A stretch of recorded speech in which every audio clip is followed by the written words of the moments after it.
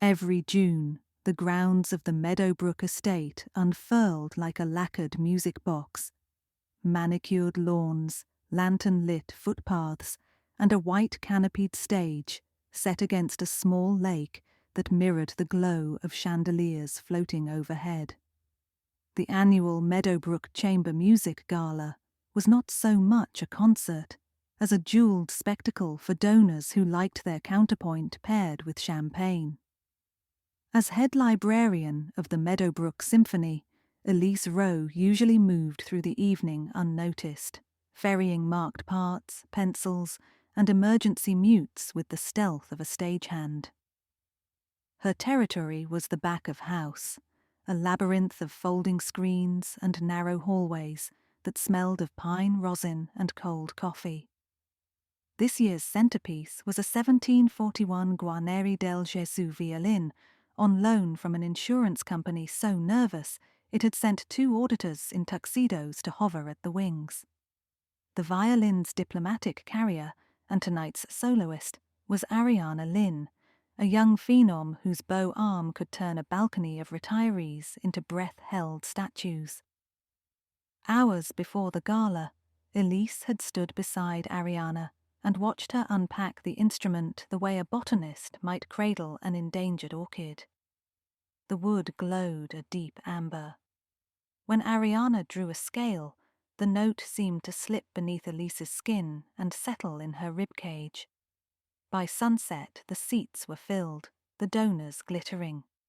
Maestro Victor Harrow struck the downbeat, and the orchestra poured into the air. Rossini, then Grieg, then a brief pause before the anticipated showpiece, Saint-Saëns's Introduction, and Rondo Capriccioso, with Ariana and the Guarneri. The first half ended in a cyclone of applause. Ariana's last harmonic hadn't yet faded when the audience rose for intermission, eager for cocktails and comparative bragging rights. Elise shepherded bowings to the librarian's table, then ducked behind a velvet partition where she kept a clipboard of changes. She preferred intermissions, 40 minutes when the music paused, but the engine of performance still throbbed, and she could hover near the flame without being scorched by it. Halfway through scribbling a note for second cello, she heard a peculiar snap, sharp, metallic, followed by a muffled grunt. The sound came from the tuning alcove, a curtained niche just off stage left where musicians adjusted pegs away from microphones. Elise pushed aside the brocade. The alcove was empty save for a pile of black satin cloth, and on the floor a single broken E-string curled like a question mark. Before she could puzzle it out, stage manager Gloria Reyes barreled from the corridor, walkie-talkie crackling. "Elise, have you seen Maestro Harrow?" "He was heading backstage to review cuts," Elise answered. "He's not there, and Ariana is looking for her violin." Elise stared. "It's not in the case?" "Case is open, empty, and security is shredding their comm lines. The concertmaster says we have 12 minutes before the second half." Gloria squeezed the radio button. "If that fiddle's gone, heads will roll. You know the premium on that thing?" Elise did. 8 digits long, more zeros than she could visualize. But the institutional panic didn't fully land until she saw Ariana emerge from dressing rooms, face drained of all color except a slash of stage lipstick. The soloist gripped the empty velvet contour of the case as if it were a carcass. "Someone took it," Ariana said, voice papery. "I was gone 5 minutes." Elise forced calm. "Let's retrace your steps." They never got the chance. A trumpet player burst through a side door. "Found Harrow," he panted. "He's in the prop closet, tied up." Tied up. The stone inside Elise's stomach dropped another floor. She followed the trumpeter down 2 flights into the basement, where spare stands and holiday decorations shared space with mothballed timpani covers. Against a stack of risers sat Maestro Victor Harrow, wrists looped with thick tape. A frayed violin string bridged his mouth like a crude gag. His tuxedo jacket was askew, baton nowhere in sight. The conductor's aquiline eyes, usually cool, churned with fury. Gloria ripped off the gag. "Who did this?" Harrow coughed. "Didn't see, came from behind. Something over my head, then—" He flexed against the tape. Elise knelt, studying the string that had gagged him. It was not steel, but gut, rich caramel brown, the kind used on Baroque instruments or vintage restorations. Her library brain filed the detail. Upstairs, murmurs spread through the donor crowd, whispers of delay, then of theft. Elise could feel the tension vibrating like a timpani head. Without the Guarneri, Ariana could not perform the Saint-Saëns. Without a conductor, the orchestra was an uncorked bottle of carbonation. And the gala schedule, like a waltz, waited for no one. The board president, Miriam Costas, stormed in. "We need music in the next 15 minutes, or we refund $500,000. Maestro, can you conduct?" Harrow shook his partially freed wrists. "If someone cuts me loose and finds the overture I marked." Ariana drew in a trembling breath. "I can't play without the violin." Elise swallowed. Words spilled before reluctance could dam them. "We could swap the program order. Do the string serenade first, by time. I can pull parts for Dvořák Opus 22. Miriam's gaze sliced through her. "Fine, but 20 minutes, Ms. Rowe. After that, you'll all be explaining yourself to the police and the press." When the entourage swept out, the basement grew quiet. Harrow massaged his wrists. "Elise, find that instrument. You know every hallway in this mausoleum. I'm a librarian, not security. You're also the only one who can recognize musicological clues. A thief who gags me with gut string isn't random." He wasn't flattering her. Harrow rarely wasted breath on compliments. Elise's pulse quickened. Somewhere in the building, a violin worth nations was vanishing, and the conductor had literally been silenced with a broken string. If Elise didn't act, she would have to live in the craters of the evening for years. She pocketed the snapped E string from the tuning alcove, then sprinted for her office. The room was a shoebox fitted with rolling cabinets of parts, but it also housed Elise's real treasure, the annotation log. Every time a musician requested a change, an ossia, a cut, a bowing, she noted it by name and timestamp. She flipped to that afternoon. At 4:07 p.m., first violinist Marco Rivera had borrowed a set of gut E strings for emergency authenticity during a Bach encore. The strings were a specialty order. Only Marco had requested them. Elise's phone buzzed. A text from Marco. "Heard about violin." "TF?" She stared. The timing could be staged, but Marco's handwriting had always leaned gallant rather than criminal. Still, he had access, and motive, perhaps. Jealousy? He'd lost the Saint-Saëns solo spot to Ariana in favor of Gala star power.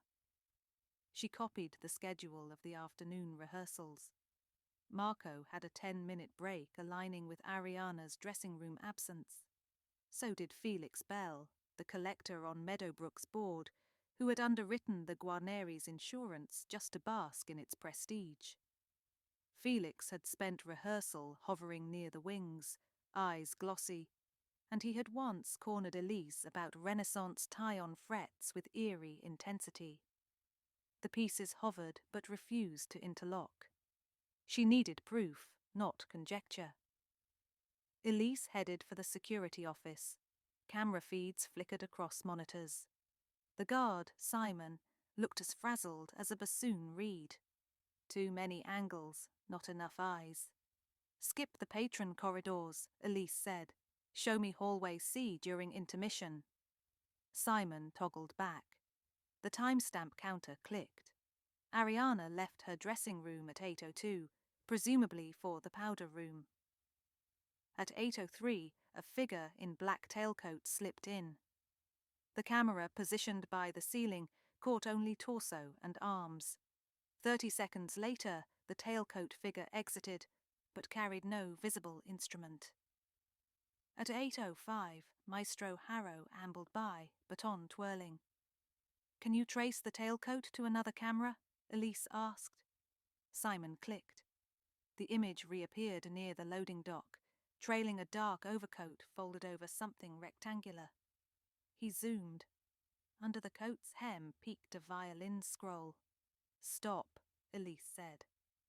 The resolution was grainy, but one detail screamed, a white cufflink cast in the shape of a treble clef. Only one person at Meadowbrook wore those novelty cufflinks: Felix Bell. Simon whistled. "That's the board guy, right?" "He wouldn't go far," Elise murmured. "Felix likes climate control and applause in equal measure. Where could he store it?" She thought of the donor lounge, a panelled room off limits to staff. Inside was a temperature-controlled display case for the estate's antique silver, complete with humidity controls, ideal for short-term concealment. Elise darted upstairs, heart hammering a presto. She flashed her ID at the lounge sentinel. "Board president's orders, urgent score delivery." It wasn't a lie. The entire evening had become one massive urgent score. The lounge was deserted, patrons still milling outside at the champagne bar. Elise moved to the glass case. Inside, silver salvers reflected the soft violet uplighting, and behind them, partly hidden, lay the Guarneri, cradled in a silk scarf like contraband royalty. A wave of relief crashed over her, but ebbed when she spotted a second object, a black cloth bag, unmarked. Curiosity pried it open. Inside sat a tiny recorder device and an external microphone, high-end digital eavesdropping gear. The recorder screen glowed, battery low. Why would Felix hide the violin and a recorder together? Elise's throat tightened. Unless Felix hadn't gagged Harrow to steal the instrument, but to stop him from speaking. She recalled Harrow's earlier fury after a phone call, an argument about programming budgets, perhaps, or something bigger. If Felix was secretly bugging backstage conversations to gain leverage over board votes or manipulate sponsorship deals, Harrow discovering the device could be catastrophic. The maestro might confront Felix, Felix might panic, incapacitate Harrow with whatever was at hand, a gut string, then stash both incriminating items. But why steal the violin at all? A red herring, or collateral to buy time, shift suspicion, or ensure Harrow kept silent. Elise's mental ledger overflowed. She snapped pictures of the recorder, then gently lifted the Guarneri. A fine layer of rosin dust on the varnish sparked maternal fear. The humidity was decent, but each minute in unknown conditions risked harm. A shuffle behind her. Felix Bell himself stood in the doorway, cheeks mottled. His bow-tie diamond fleck caught the lounge lights like a guilty beacon. "Ms. Rowe," he said, "that display is alarmed." Odd, it didn't beep. She set the violin on the velvet counter. "Looking for something?" He closed the distance. "I could ask you the same." Elise kept her voice steady. "Security footage shows you placing this instrument here. Care to explain the recorder next to it?" Felix glanced at the bag, then around the empty lounge, as if hoping a rescuer would appear. "You wouldn't understand," he said. "Harrow is a tyrant. He plans to move the gala to the city, cut Meadowbrook from the summer schedule. I needed leverage with the board. Conversations, votes, anything. But he caught me setting the mic. So you gagged him." "I didn't hurt him. I restrained him so he couldn't shout. I was going to free him when intermission ended. I only hid the violin so Ariana couldn't start the second half, forcing delays. More time, less scrutiny. Felix spread his palms. I meant no damage. Elise felt anger begin at her collarbones. You compromised a historic instrument, not to mention Ariana's performance and the orchestra's reputation, because you wanted leverage. If Harrow strips Meadowbrook's summer residency, this town loses millions. Sometimes one must protect the greater good. By silencing the man who can't stop talking, she said dryly. Felix stepped toward her. Hand me the violin. I'll return it and explain everything. Elise knew better than to relinquish it, but before she could answer, the lounge door burst open. Ariana, still pale but determined, entered with Gloria and, unexpectedly, Maestro Harrow, wrists taped but dangling free. Security guards flanked them. There, Harrow barked, pointing at Felix. Arrest him. Felix ducked, but a guard seized his arm. Elise exhaled for what felt like the first time in an hour. Minutes later, Felix was escorted away. Harrow rubbed his temples and faced Elise. Your instincts served us, Ms. Rowe. Now, do we still have a concert? We have Dvořák parts on stage, Elise said, and the Saint-Saëns if Ariana's up to it. Ariana reached for the Guarneri. If this violin can forgive me for abandoning it, yes. Elise handed it over. Their fingers grazed, the polished wood warmed to Ariana's palm, as if recognizing rightful company. Backstage, Elise orchestrated an industrial ballet, swapping folders, rebowing crescendi, whispering last-second instructions to woodwinds. Musicians fed on her composure, and she fed on their resolve. At precisely 29 minutes after intermission, Maestro Harrow strode onto the podium, baton repaired, audience still buzzing with rumours. He raised his arms. The orchestra breathed as one, and Dvořák's serenade unfurled like fresh sheets across the moonlit lawn. Elise watched from the wing, heart sinking to each cadence. The library had taught her to adore architecture on the page, but tonight she witnessed its resurrection in sound, a reminder that ink and intention become life only through risk. When second movement applause crashed like surf, she stepped into the backstage corridor and nearly collapsed against a quilt of cases. Gloria appeared with 2 paper cups of water. You saved us, the stage manager said. Just kept the pages turning, Elise replied. Gloria's grin tilted. You faced the music. Elise laughed, a sound part exhilaration, part relief. And for once the music kept playing back. She might have lingered in that moment of triumph, but the third movement was already beginning. On stage, Ariana's Guarneri threaded harmonics over the viola's lilt, fragile and pure. The sound of something flawed but unbroken finding its rightful place. Epilogue. 2 days later, Elise sat before a disciplinary panel of trustees. Surrounded by Persian carpeting and crystal decanters, she recounted the night's events, the broken string, the basement closet, the security footage. Miriam Costas halted her only once, to confirm that Felix's recorder had indeed captured a fragment of Harrow's threats to relocate the gala. The boardroom rustled with new uncertainty.